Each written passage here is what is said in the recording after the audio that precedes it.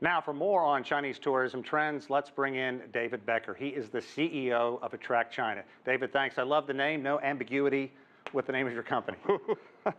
Tell me how it's been. It's been great. It's fascinating to me to read and talk to people that so many countries, so many destinations are really reaching out to the needs and the demands of the Chinese customers, knowing that that is the financial engine that's really been driving the world economy for so long.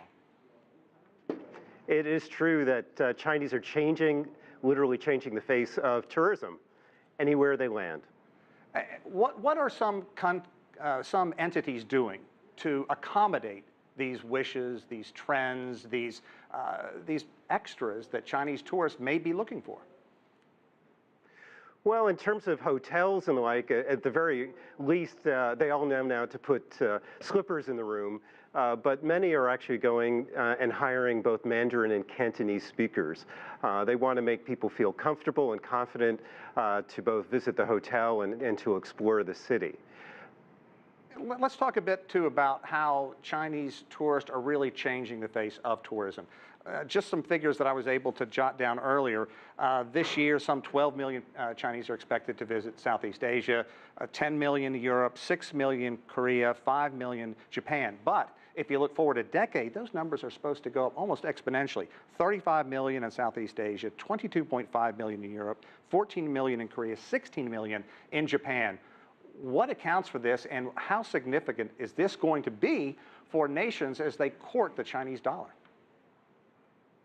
Well, I think part of it is just the growing middle class that we're seeing, and their urge and experience of travel. It's something you can actually talk about back in the office. It's also part of I think a bigger experience of self-actualization, which starts with a trip, but then you do education, you look for investments. There's a whole cross-section of things that start with that first trip, whether it's to Thailand, the United States, or Japan. You know, it's interesting you talk about the growing middle class, because in one generation, it has changed so much. You talk about middle class of roughly 2 million in the year 2000. This year, 116 million, and countries are taking advantage of this. We saw that the cruise line industry is reaching out to it. Virtually every nation is trying to do what they can. What is this going to mean moving forward? Well, I think every country has their own game plan, but I know some of the biggest shifts and the biggest changes come from direct flights, the 10-year visa, which really spurred tourism to the United States. That's also now happening with Canada and Australia. So this year coming is actually the year of Australia-Chinese tourism, or China tourism. So whenever you make it easier for people to travel, whether it's a direct flight or a visa, anything that you can do in terms of providing the information they need to book that flight or to make that trip more effective, that's where you're going to find Chinese tourists. You know, also this time of year, so many Chinese tourists are going to be watching this program and other destinations. There's so many travelers out right now.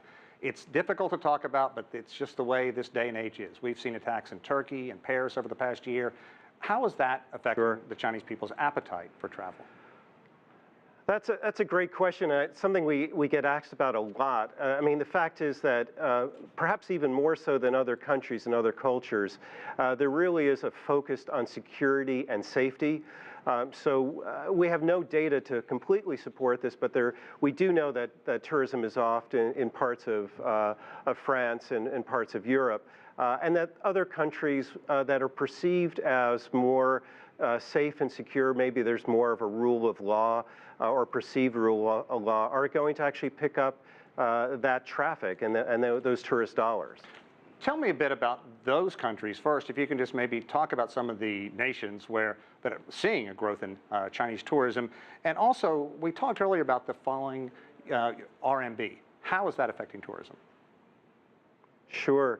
So first, I mean, make the distinction, I think, between going sort of in the Asia-Pacific environment, and then we're sort of more of a long-haul trip.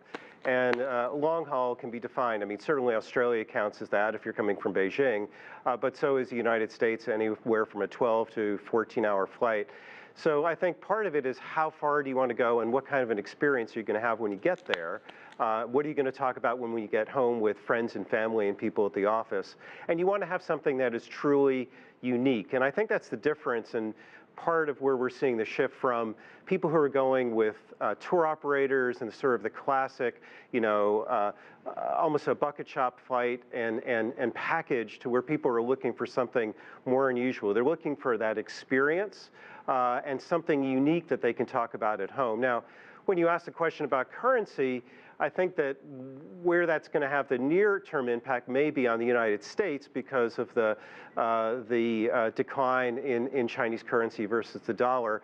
But as we see a shift there and Chinese exports become more cost-effective, that's only going to lift incomes.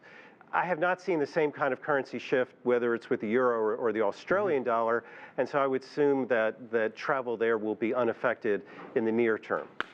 David, I'd love to talk more. I've read a lot about environmental tourism. We'll have to get up and spend some time with you in the Northeast. Once again, David Becker, the CEO of Attract China. Love that name.